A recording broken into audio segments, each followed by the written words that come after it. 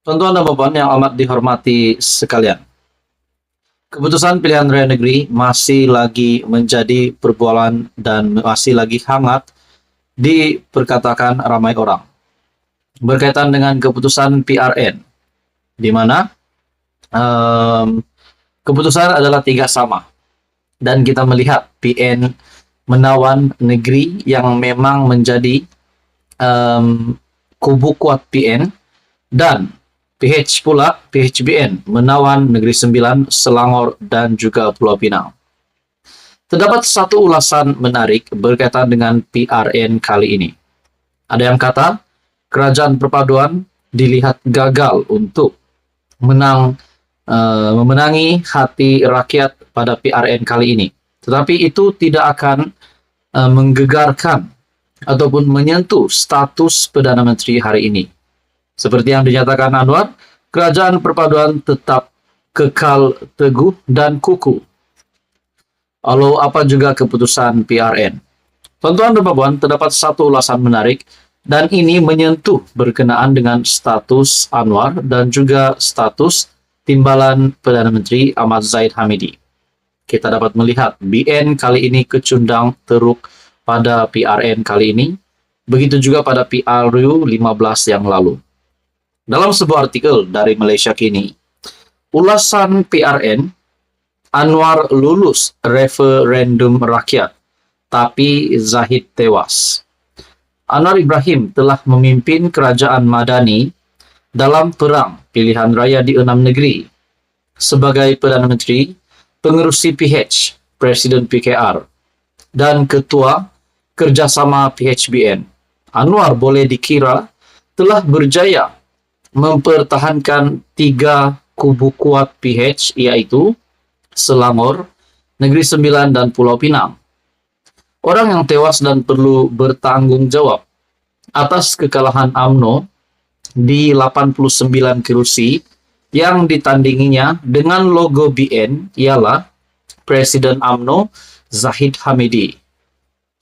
Anwar adalah panglima perang dalam PRN, walaupun dia belum berjaya menembusi kubu PAS dan PN di Kelantan, Terengganu, dan Kedah, tetapi kejayaan Anwar mempertahankan tiga negeri yang menjadi kubu kuatnya adalah penting diiktiraf. Anwar sebagai PM, PH sebagai gabungan politik, dan PKR tidak tewas dalam PRN ini. Memang ada beberapa kawasan yang tumbang ke tangan PN. Tetapi secara strategik, tiga negeri dikuasai PH sebelum ini masih kekal. Ada hikmahnya keputusan PRN ini untuk disemak, dikaji, dan diteliti oleh Anwar, PH, dan PKR sebelum menghadapi PRU ke-16 yang lebih besar.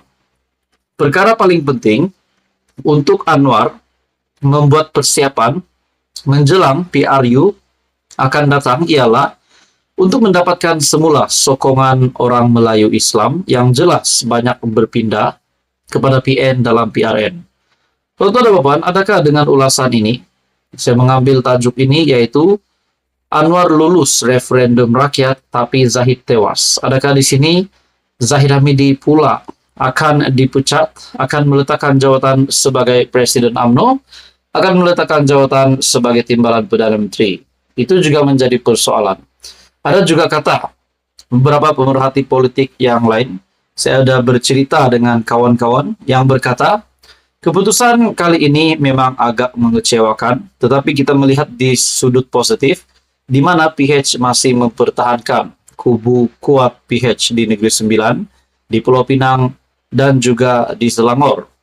Tetapi yang menjadi sebab PHBN hanya mendapat 3 kemenangan daripada 6 buah negeri adalah Zahid Hamidi. Begitu juga saudara-saudara, adakah dengan ini Zahid Hamidi pula yang akan meletakkan jawatan sebagai Presiden UMNO dan sebagai timbalan Perdana Menteri?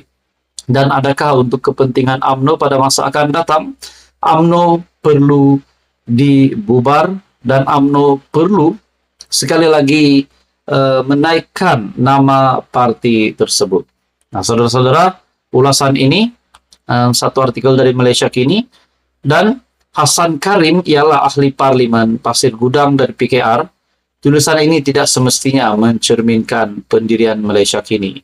Ini adalah tulisan dari Hasan Karim, di mana beliau adalah ahli parlimen Pasir Gudang dari PKR, dan spekulasi mengenai jawatan Zahid Hamidi adalah hanya dibuat oleh admin. Jadi saudara-saudara, menurut Anda apa pula komen Anda? Teruskan bersama di dalam channel ini untuk info yang seterusnya. Halo semua, salam sejahtera Malaysia. Tuan-tuan dan puan, kita menantikan keputusan menteri besar, calon-calon menteri besar di Terengganu, di Kedah, dan juga di Kelantan. Dan yang menjadi perhatian ramai ataupun menjadi satu keputusan yang dinantikan oleh ramai orang ialah siapakah calon-calon menteri besar di Kedah. Dan persoalan yang seterusnya yang timbul, adakah Menteri Besar Kedah Muhammad Sanusi bakal meneruskan jawatan beliau sebagai MB? Adakah beliau bakal dicalonkan lagi untuk menjadi MB Kedah setelah apa yang berlaku sebelum ini yang mengaitkan nama Menteri Besar Kedah berkaitan dengan kes mahkamah di bawah akta hasutan dan juga berkaitan dengan isu unsur kecurian nadir bumi ataupun REE.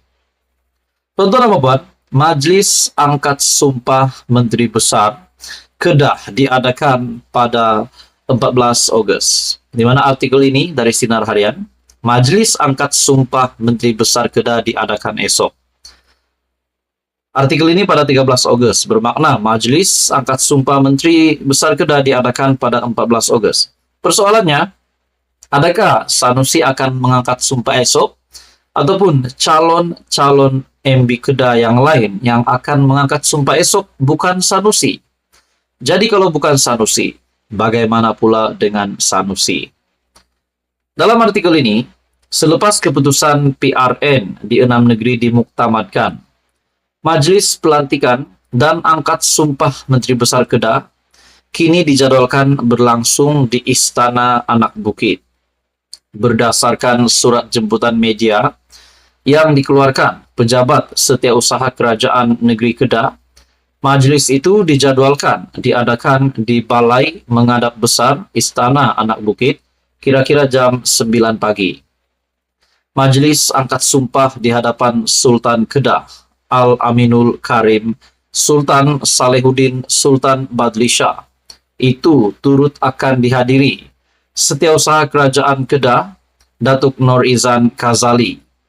Pada PRN, Perikatan Nasional berjaya memperoleh kemenangan besar iaitu 33 daripada 36 kerusi Dewan Undangan Negeri. Pengurusi PN Kedah, Datuk Seri Muhammad Sanusi, yang juga adun ahli Dewan Undangan Negeri, Jeneri, ketika ini bertindak sebagai Menteri Besar Kedah sementara, sehingga Menteri Besar baharu dilantik dan mengangkat sumpah.